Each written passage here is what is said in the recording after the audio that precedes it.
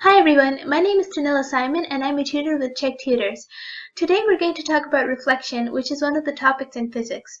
So what is reflection? Reflection is basically what it sounds like. It is just a ray of light reflecting off of some surface.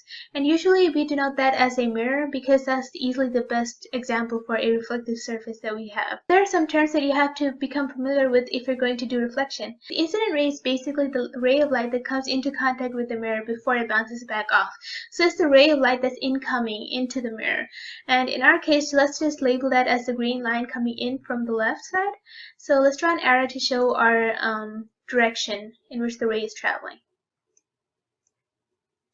Alright, so the ray of light is coming in from the left. And now the reflected ray is the ray of light that reflects back off. So the incident ray hits the mirror and the reflected ray goes back out. So let's draw the direction for that one as well in our red pen. So that would be the direction of the reflected ray in this case. So you see where there's like a little corner between the reflected ray and the incident ray. So basically the point on the mirror where the incident ray hits and the same point from where the reflected ray reflects back off. That point is where we draw our normal line. So the normal line is basically just an imaginary line. You can use a dotted line or something to show it, as we have in this example. So the normal line is basically a line in between the two rays. The normal line has to be drawn perpendicular to the mirror surface. So that's what we have over here in the dotted line. That's the normal line. Now we come to the angle. The angle of incidence is the angle that the incident ray, the incoming ray, makes with the normal line. So that angle, I would say, is right here. And that is going to be our angle of incidence. Let's just label that as theta 1 or angle 1. That's a symbol for angle. And our angle of reflection is similarly the angle that the reflected ray makes with the normal line. So we'll just use the red pen to show where that is. That's this angle right here. And let's name that angle 2 or theta 2. Alright? So we have our angle 1 and angle 2. So remember, the incident ray is the ray of light coming into the mirror. The reflected ray is when it bounces back off the mirror. And the angles of each of those is the angle that it makes with the normal line. So we have this law of reflection. So what is the law of reflection? The law of reflection states that these two angles, the angle of incidence and the angle of reflection, are equal to each other. So let's write that down. The law of reflection basically states, it's very easy to remember, theta 1 or angle 1 equals angle 2.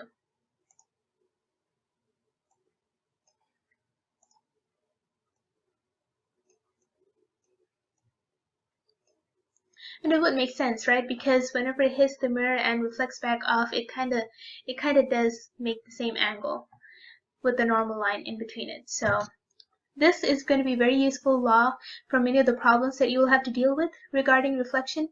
So let's practice using it for a while. Let's go to this problem over here that I've set up already. Alright, so in this question it says a light ray approaches a mirror and makes an angle of 25 degrees with the mirror surface. What is the angle of incidence? What is the angle of reflection? So in this case we have an angle of 25 degrees between the mirror surface and the approaching light ray.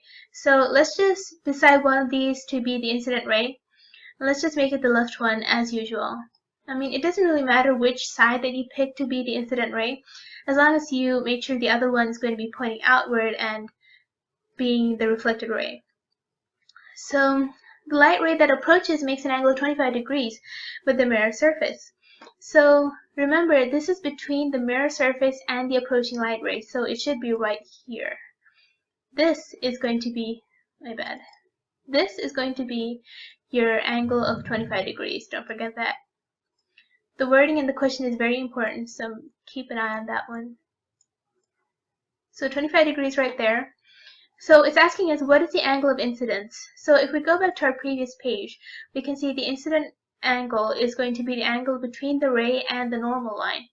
So over here we already have our normal line drawn for us.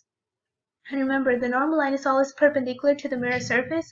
So this angle between the normal line and the mirror surface, this should be a right angle. Same thing on this side. It should all be a right angle. So this is going to be a 90-degree angle and this is going to be a 90-degree angle. So if we know that this incident ray comes in at 25 degrees with the mirror surface, it's asking us what is the angle of incidence. So what is the angle right here is their question. It's their first question, of course. Now, we know if we add the unknown degree with the 25 degrees, it should make a right angle, right? It should make 90 degrees. So we can set up an equation that says 25, and let's name this angle x, because we don't know the value yet. So let's say 25 degrees is what we know. We know one of the angles is 25. We don't know what x is.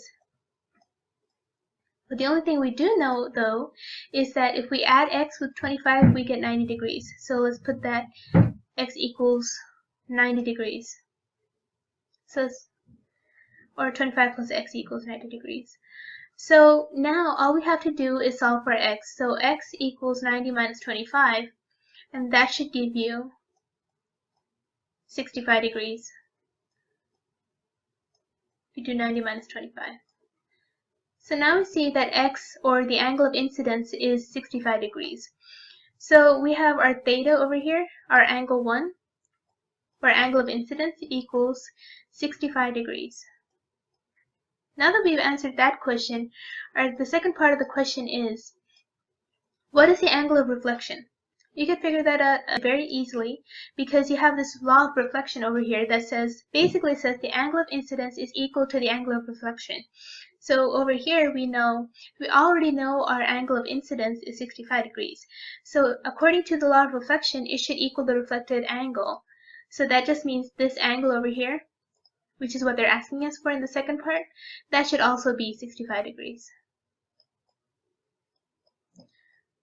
So our theta, or angle of reflection, should also equal 65 degrees. Alright? So that's how you would basically do a reflection problem. This is one of the most basic problems ever. The law of reflection is very simple. It's just the angle of incidence and the angle of reflection are equal to each other. And the only thing to keep in mind is to make sure where you label your angles. In this case, the wording was kind of different. It was telling us the angle that the ray makes with the mirror surface was 25. So we had to put that angle right here. In the other case, if they had told us, okay, the angle of incidence is 25 degrees, we would have put the angle right here, and then it would have been easy to calculate the other angle because they're equal to each other. So those are the basics of reflection. If you have any other questions, feel free to contact me on Chegg Tutors. Otherwise, thank you so much for watching this video and have a nice day.